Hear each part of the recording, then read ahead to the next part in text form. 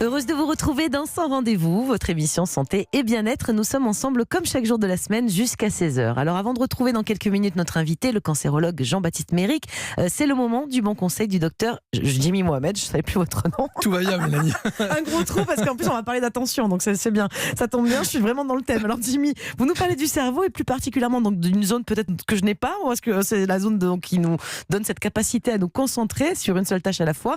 Des chercheurs de l'INSERM et du CNRS auraient trouvé donc dans ce cerveau justement la zone responsable de cette attention. Alors je parle pas de vous Jimmy qui avez des capacités hors normes évidemment, mais est-ce que c'est si difficile comme moi de se concentrer? Et oui, bon, faut le reconnaître, même pour moi c'est un peu difficile. Rester concentré, c'est un processus qui est très complexe car le cerveau est sans cesse perturbé par plein de stimulations, un bruit, une image, un appel, et donc rester attentif exige donc de trier en permanence cette multitude de stimuli pour se focaliser uniquement sur l'information la plus pertinente pour la tâche qui est en cours. Et comment est-ce que le cerveau fait ça? C'est l'équipe justement de l'INSERM et du CNRS menée par Jean-Philippe Lachaud en collaboration avec Marcella Perron qui s'intéresse à ça. J'aime bien citer les chercheurs parce que je pense qu'il faut les mettre à l'honneur. Leur nom à chaque fois, mais vous avez raison et je suis sûre que ça leur fait plaisir. Alors justement, puisqu'ils ont travaillé assidûment, ils ont fait quoi concrètement? Alors en fait, grâce à des travaux précédents, les chercheurs savaient que dans le cerveau, on avait une zone qu'on appelle le cortex préfrontal qui est spécialisée dans le maintien en mémoire de ce que nous cherchons à faire. Ça s'appelle l'intention du moment.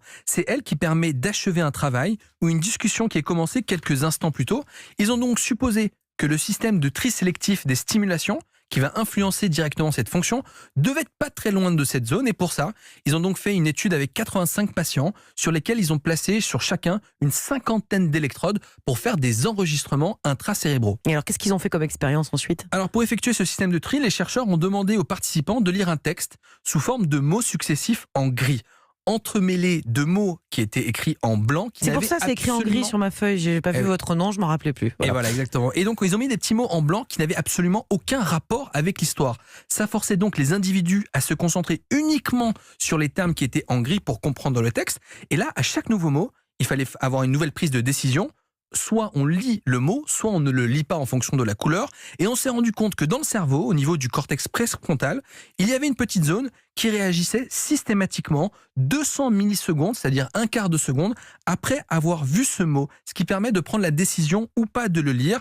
Et c'est la région de l'intention qui est suspectée, ce qui veut donc dire que le cerveau décide en moins d'un quart de seconde si l'objet ou l'image qu'il a sous les yeux vaut la peine de lui accorder de l'attention, ou autrement dit, si notre système attentionnel prend plusieurs décisions par seconde. Et est-ce qu'il peut y avoir du coup une application pratique ensuite, une fois qu'on sait ça? C'est très intéressant parce que cette région du cerveau pourrait tout à fait être impliquée dans les problèmes attentionnels qu'on retrouve chez certains individus, notamment chez les enfants.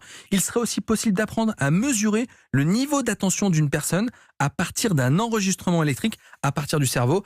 Souvent on parle de déficit de l'attention. Peut-être que dans le futur, on pourra l'objectiver en mettant des électrodes sans passer par des tests qui sont parfois un peu subjectifs.